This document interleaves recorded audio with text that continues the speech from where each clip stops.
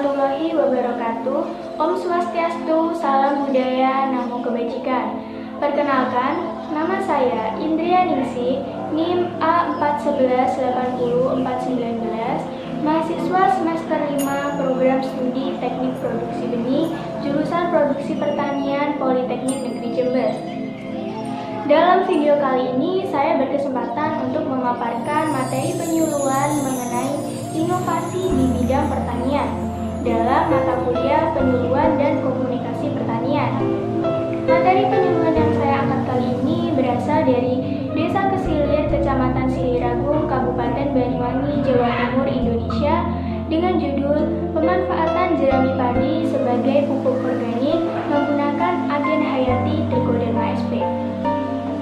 Tentunya pasti ada latar belakang dan alasan kenapa saya mengambil materi penyuluhan tersebut. Untuk lebih lengkapnya, mari kita simak video berikut ini. Baiklah, untuk mengawali, apa sih latar belakang saya mengambil materi penyuluhan tersebut? Seperti yang kita ketahui, revolusi industri 4.0 sudah mulai gencar diterapkan dalam banyak sektor di dunia. Salah satunya adalah dalam sektor pertanian. Sektor pertanian sendiri menghasilkan cukup banyak limbah yang biasa disebut limbah agroindustri. Limbah agroindustri ini apabila tidak diolah atau dikelola dengan baik akan menimbulkan banyak pencemaran lingkungan. Salah satunya adalah pembakaran limbah agroindustri yang tersisa di ladang oleh para petani. Seperti yang kita lihat, tentunya para petani akan memilih untuk membakar sisa-sisa limbah yang ada di ladang mereka dengan alasan hal tersebut lebih efisien dan tidak memakan banyak waktu. Namun, hal ini tentunya akan menimbulkan pencemaran udara yang berbahaya. Oleh karena itu, muncul banyak penelitian mengenai pemanfaatan dan pengelolaan limbah agroindustri untuk mengurangi potensi dampak-dampak negatif yang ditimbulkan oleh limbah agroindustri tersebut.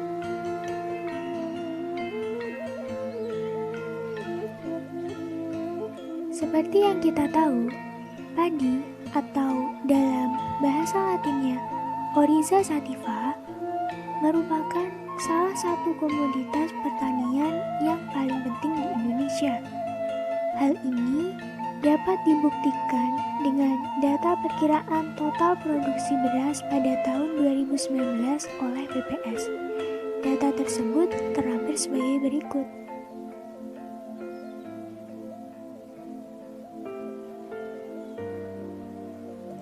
Dapat dilihat bukan bahwa data produksi beras di Indonesia ini memanglah cukup tinggi, sehingga tidak salah jika dari data tersebut menghasilkan pula limbah agroindustri yang cukup banyak.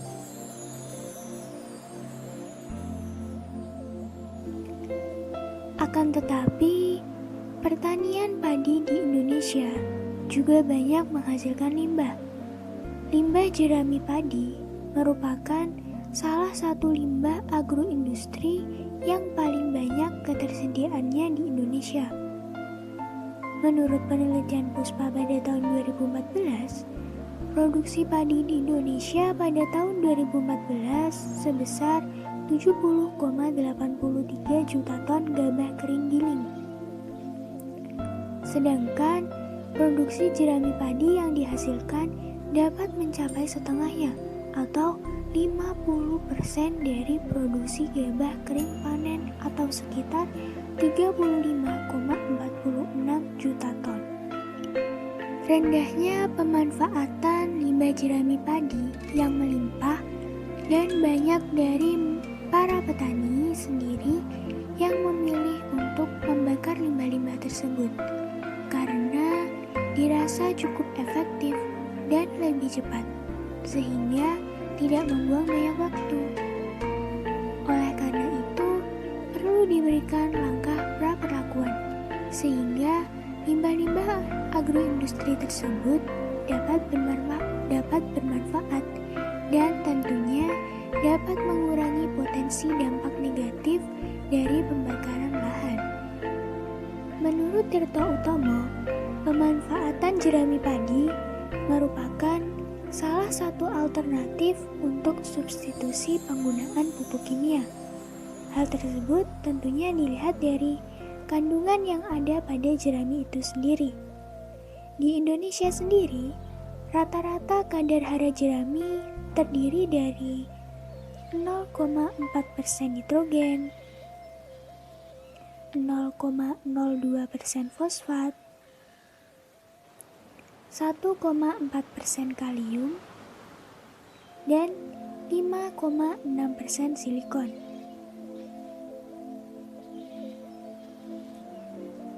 Sedangkan untuk setiap 1 ton gabah dalam satuan gabah kering giling atau GKG dari pertanaman padi dihasilkan pula 1,5 ton jerami yang mengandung 9 kg nitrogen, 2 kg fosfor,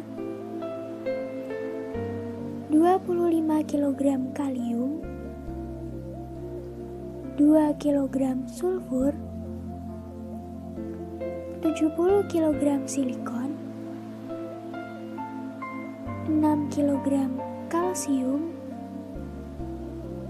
dan 2 kg magnesium. Untuk selanjutnya, apa sih trichoderma itu?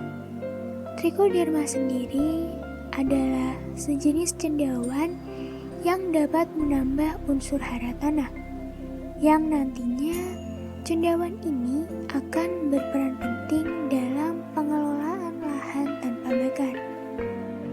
Tentunya sudah banyak penelitian yang mengusung atau mengambil mengenai pemanfaatan trichoderma itu sendiri, seperti pada penelitian Suryati 2003. Beliau menyatakan bahwa agen hayati trichoderma mampu mendekomposisi lignin, selulosa, dan kitin dari bahan organik menjadi unsur hara yang siap diserap oleh tanaman.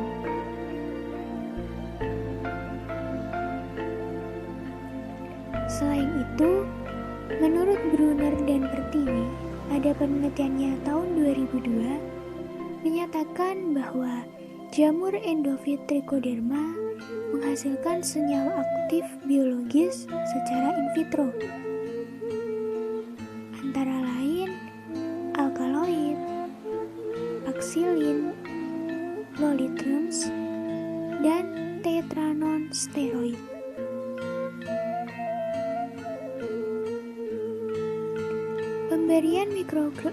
Pemberian mikroorganisme trichoderma dapat menimbulkan ketahanan pada tanaman yang diberi pupuk organik yang menyediakan fosfor, sehingga tanaman tumbuh lebih kuat dan membentuk percabangan, karena tanaman mampu membentuk epidermis yang lebih tebal. Dikutip dari Bustaman pada penelitiannya tahun 2000. Nah, untuk selanjutnya, gimana sih cara membuat pupuk organik dari jerami padi itu dengan memanfaatkan agen hayati Trichoderma sp? Tentunya, hal pertama yang kita lakukan adalah menyiapkan alat dan bahan. Alat dan bahan untuk pembuatan pupuk organik terdiri dari trichoderma cair 1 liter, pupuk kandang 20 kg, jerami padi, air, knapsack, serta plastik hitam atau terpal. Langkah selanjutnya, setelah kita menyiapkan alat dan bahan, cara pertama untuk pembuatan pupuk organik dari jerami padi adalah yang pertama, jerami padi ditumpuk di pematang sawah dengan ukuran 1 meter x 1 meter x 1 meter yang kemudian dipadatkan. Kemudian ditumpuk masing-masing dengan ketebalan 25 cm.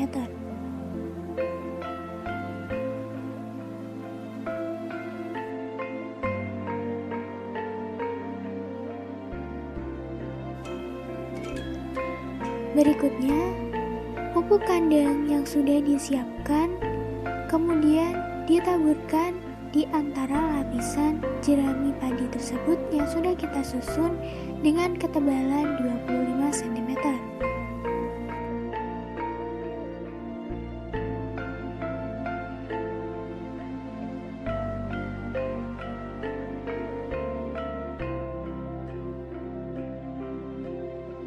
Selanjutnya, menyiapkan trikoderma cair 1 liter yang kemudian disemprotkan merata ke bagian jerami padi yang sudah ditumbuk tadi menggunakan knapsack.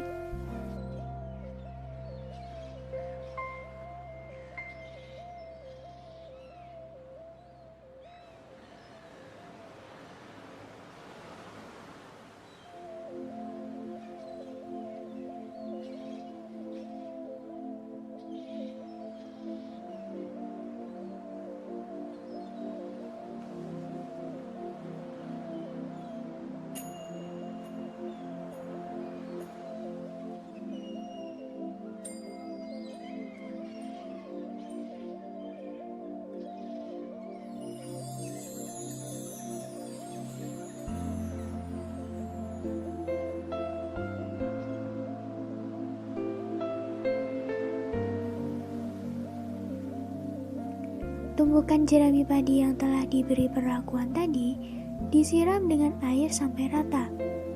Kemudian setelah itu ditutup menggunakan plastik hitam atau terpal.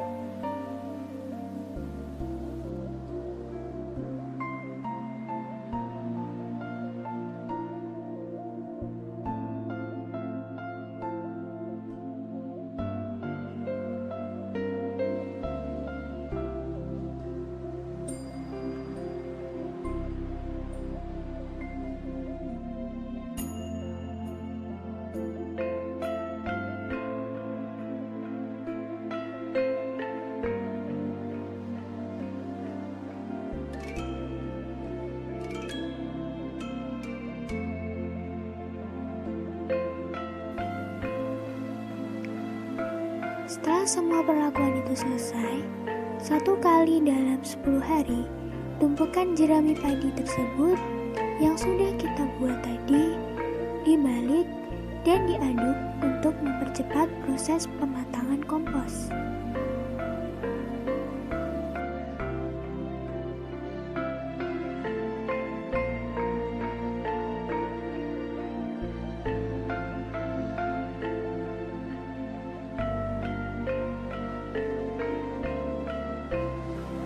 Setelah itu, dibiarkan selama 3 minggu dan jerami tersebut akan melapuk menjadi kompos, sehingga siap untuk digunakan.